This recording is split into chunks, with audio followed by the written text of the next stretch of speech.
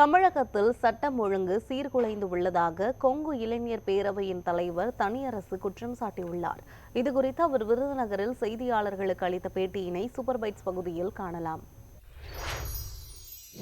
நீதிமன்றத்திற்கு வருகிற ஒருவருக்கே உயிருக்கு பாதுகாப்பு இல்லை என்றால் வேறு எங்கு சென்று நாம் யாரையிடம் நீதி கேட்பது?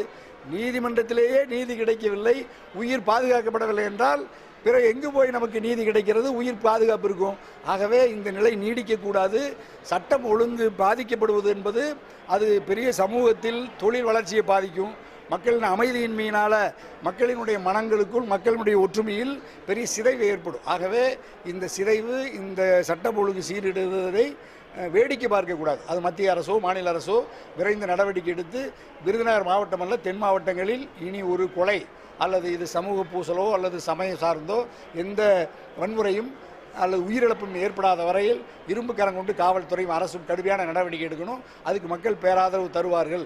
அல்லது தொடர்ந்து இது நடக்குமேயானால் அரசாங்கத்தை எதிர்த்து மக்கள் கிளர்ந்தெழுந்து போராடி சட்டம் ஒழுங்கை சீர் செய்கிற அளவுக்கு மக்கள் போராட வேண்டிய சூழ்நிலையை அரசாங்கம் உருவாக்கக்கூடாது, காவல்துறை உருவாக்கக்கூடாது என்று தாழ்மையோடு கேட்டு. சட்டம் ஒழுங்கு சிக்கல் இருக்குது, நெசவாளர் கோரிக்கை இருக்குது, உளவு சமூகத்தினுடைய கோரிக்கை இருக்குது, ஜிஎஸ்டி சிக்கல் இருக்கிறது, பல்வேறு ஆற்று நீர் தாவாக்கள், மீனவர்கள் பிரச்சனை இருக்குது. இதிலெல்லாம் நம்ம ஒழுங்குபடுத்தி இன்னும் நேர் செய்தால் இவர்களுடைய விருப்பம் பலிக்கும்.